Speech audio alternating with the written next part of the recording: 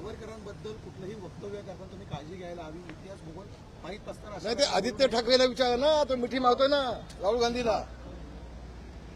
इकडे महाराष्ट्रामध्ये वेगळं बोलायचं, लोकांमध्ये वेगळं बोलायचं, आणि तिकडे सोनिया गांधी जाऊन पाय चाटायचे, राहुल गांधीला मिठाई मागायच्या, त्यांच्या यात्रेमध्ये सहभागी व्हायचं, आणि पुन्हा सावरकरांचा अपमान होतोय म्हणून पुन्हा आणखी बोंबलायचं. ही दुटुपी धरून ज्यांचा आहे त्यांना प्रश्न आपण विचारा. ते पिल्लू आहे ना त्याला. धन्यवाद. जय महाराज.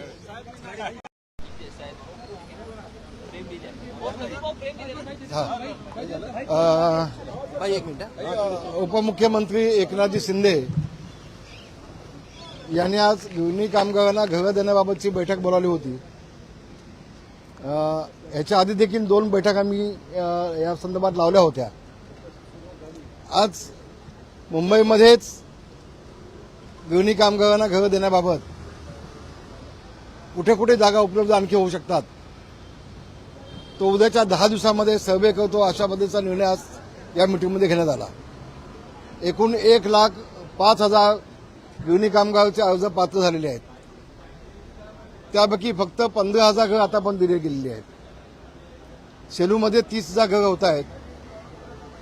पनवेल आणि मिळून जवळ 80,000 नवीन घरं बांधण्याचा उपक्रम चालू आहे गृहिणी कामगारांसाठी. तरी देखील जवळजवळ 25,000 गृहिणी कामगारांना घरं मिळू शकणार नाहीत, आणि म्हणून किमान 20,000 ते 25,000 गृहिणी कामगारांना घरं मुंबईमध्ये उपलब्ध होऊ शकतात का, ते उद्याच्या 10 दिवसांमध्ये आढावा घेऊन निर्णय घेण्यात येईल असं आश्वासन आज त्यांनी आम्हाला दिलेलं आहे.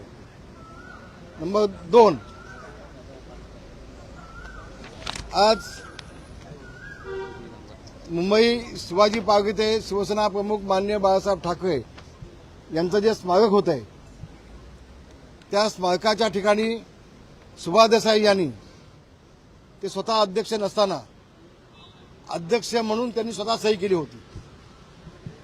ते सगळे कागदपत्र मी आज एकनाथजी शिंदे यांना दिलेले आहेत, आणि म्हणून याच्या आधी त्यांनी खुलासा दिला होता सुभाष देसाई यांनी की अनावधानाने मी सही केली होती म्हणून.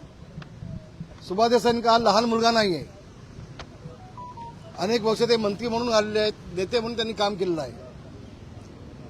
तो खुलासा त्यांनी काही अधिकाऱ्यांनी मान्य केला होता. त्याची फेर चौकशी व्हावी आणि सुभाष देसाईंच्यावरती गुन्हा दाखल व्हावा म्हणून मागणी केलेली आहे. त्याप्रमाणे आज एकनाथ शिंदे यांनी फेर चौकशी मान्य केलेली आहे, आणि पुन्हा चौकशी करून त्याच्यामध्ये सुभाष देसाई दोषी आढळल्यास त्यांच्यावरती गुन्हा दाखल करण्यात येईल असं आश्वासन त्यांनी मला दिलेलं आहे.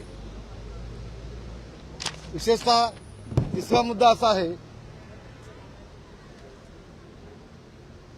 कोकणामध्ये सिंचन फक्त 3% झालेलं आहे. पश्चिम महाराष्ट्रामध्ये 55 ते 60% सिंचन झालेलं आहे. संबंध महाराष्ट्रामध्ये सगळ्यात जास्त पाऊस कोकणामध्ये पडतं, आणि सगळ्यात कमी सिंचन कोकणामध्ये झालेलं आहे. कमी निधी कोकणामध्ये दिला जातोय. आज तेही निवेदन मी एकनाथ शिंदे यांना दिलेलं आहे, आणि तात्काळ कोयनेचं पाणी कोकणामध्ये द्यावं, सिंचनासाठी मापदंड वाढवून द्यावेत. 10 वर्ष आधीचे मापदंड आहेत ते रद्द व्हावेत आणि मापदंड वाढवून द्यावेत, आणि कोकणाचा सिंचनाचा टक्का अधिक वाढवावा असं निवेदन आज दिलेलं आहे. माननीय मुख्यमंत्री देवेंद्रजी यांना देखील भेटतोय मी. 27 तारखेलांची वेळ घेतलेली आहे, त्यांनाही 27 तारखेला भेटतोय, आणि कोकणाच्या सिंचनाच्या बाबत कोकणाला न्याय द्यावा अशी भूमिका घेऊन मी हे निवेदन आज देखील दिलेलं आहे. धन्यवाद. गृहिणी कामगारांच्या मुलांच्या रोजगारासंदर्भात सुद्धा मुख्यमंत्री असताना एकनाथ शिंदे यांनी शब्द दिला होता. त्या संदर्भात नाही, आज हा विषय निघाला नाही, आजही चर्चा झाली नाही. आज जास्तीत जास्त घरं मुंबईमध्ये द्यावीत, आणि त्यासाठी उद्याच्या 10 दिवसामध्ये आपण सर्वे करून घेतो असा शब्द मुख्यमंत्र्यांनी दिलेला आहे. तसंच सेलूमधली जी घरं जी आपली आहेत ती 9.5 लाख रुपये त्याचा त्यांनी चार्ज लावलेला आहे. आमचं म्हणणं असं आहे की ती किमान 6 लाखामध्ये द्यावीत. मुंबई महाराष्ट्राला मिळवण्यासाठी गृहिणी कामगारांचं मोठं योगदान आहे, ते शासनानं विसरता कामा नये. माझं तर मत असं आहे की 6 लाखापेक्षाही या कामगारांना मोफत घर दिलीत तर अधिक चांगलं होईल असं माझी स्वतःची भूमिका आहे आणि ती आज मी सभागृहामध्ये मांडली आहे तिथे या सभेमध्ये देखील. तेव्हा 9.5 लाख रुपये न घेता 6 लाख शासनाने घ्यावेत आणि गृहिणी कामगारांना घर द्यावीस अशी आजची आमची मागणी आहे. त्यावरती उपमुख्यमंत्री आम्ही विचार करून सांगतो कॅबिनेटमध्ये असं तिने आज निर्णय आम्हाला दिलेला आहे. बावनकुळे म्हणतायत की 2034 पर्यंत मुख्यमंत्री म्हणून हे देवेंद्र फडणवीसच राहतील. 2080 पर्यंत झाले तर आमची काय अडचण आहे, काय अडचण नाही. आमच्या शुभेच्छा आहेत. बावनकुळेंना देखील आहेत, देवेंद्रजींना देखील आहेत, एकनाथ शिंदेना देखील आहेत. आम्ही सगळे एक आहोत. कुणी आग लावायचा प्रयत्न केला तर आमच्यामध्ये मतभेद होणार नाहीत. धन्यवाद. जय महाराज. सुप्रीम कोर्टाने राहुल गांधींना झापलेला आहे. सावरकरांबद्दल कुठलंही वक्तव्य करताना तुम्ही काळजी घ्यायला हवी. इतिहास भूगोल माहीत असताना नाही ते आदित्य ठाकरेला विचारा ना, तो मिठी मागतोय ना राहुल गांधीला. इकडे महाराष्ट्रामध्ये वेगळं बोलायचं, लोकांमध्ये वेगळं बोलायचं आणि तिकडे सोनिया गांधी जाऊन पाय चाटायचे, राहुल गांधींना मिठाई मागायच्या, त्यांच्या यात्रेमध्ये सहभागी व्हायचं आणि पुन्हा सावंतरावांचा अपमान होतोय म्हणून पुन्हा आणखी बोंबलायचं. ही दुटुपी धरून ज्यांचा आहे त्यांना प्रश्न आपण विचारा. ते पिल्लू आहे ना त्याला. धन्यवाद. जय महाराज.